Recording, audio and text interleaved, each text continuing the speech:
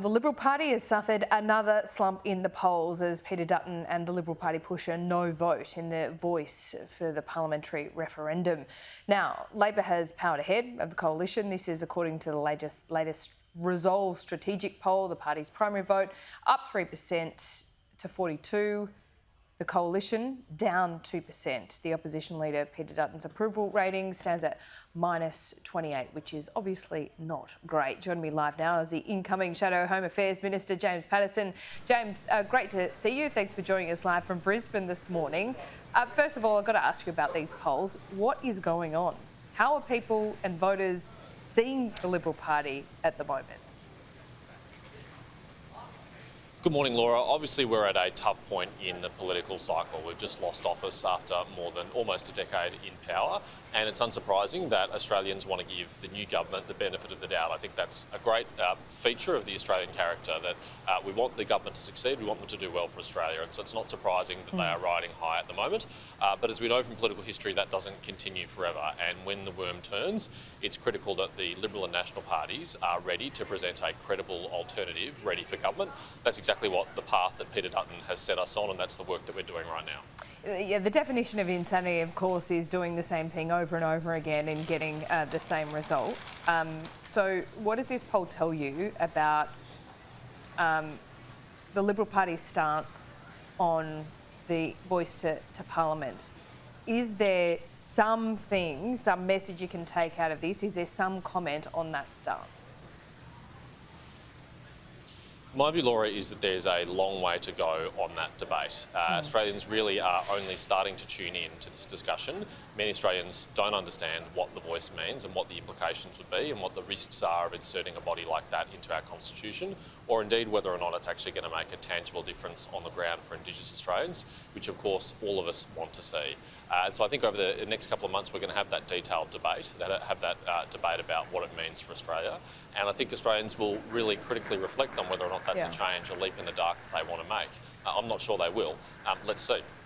Yeah, that's right. But, I mean, what's at stake here, James? Because if this vote fails and you don't get the changes that you need, do you think there will be a lot of damage done to the Liberal Party? Will people blame Peter Dutton and the Liberals?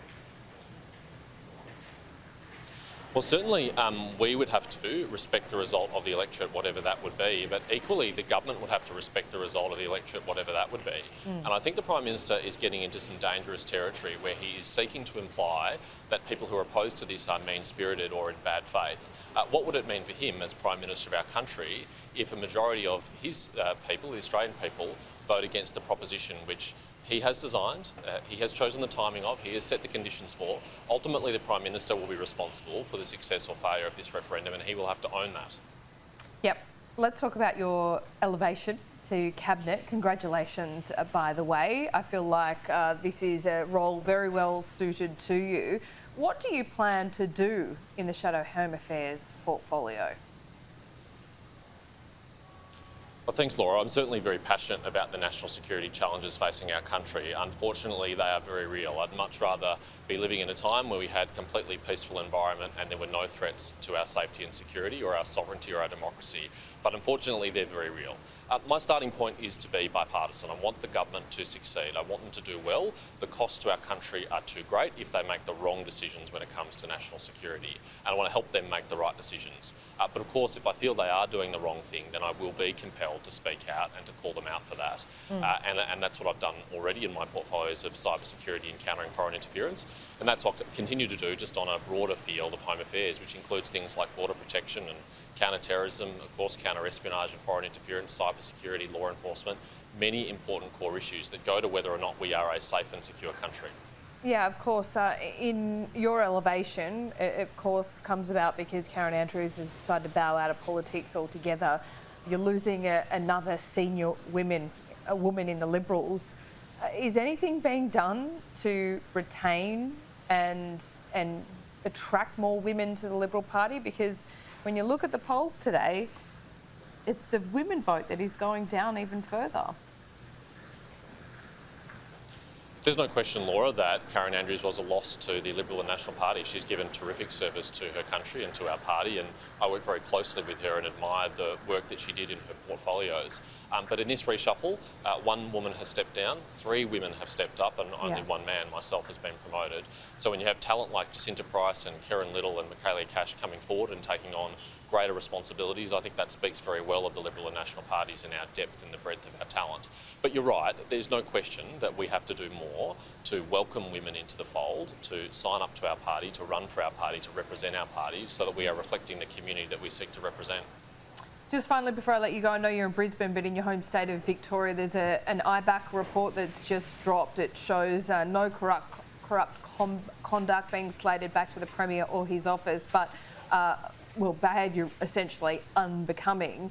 What does it say about the Liberals in Victoria when, you know, this is one of 4 IBAC reports and they still can't seem to take any skin off the Andrews government? Well, as you say, Laura, there have been a number of very serious corruption investigations into the Andrews government, and I think there is a real smell, a real stench starting to develop around that government. I think as Victorians pay attention to what's happening, they're going to be really disturbed by what's happening in Victoria. And of course, that's a real opportunity for my Liberal colleagues at the state level in Victoria to step up and present that credible alternative that the Victorian people can trust. I think under John Pasuto, they're doing that. They're putting together a great team of experience, but also new talent and new energy who want to drive that forward. And they've got 4 years to make that sale to demonstrate that they're ready for government. Okay, James Paterson, great to have you on the program this morning. Appreciate it.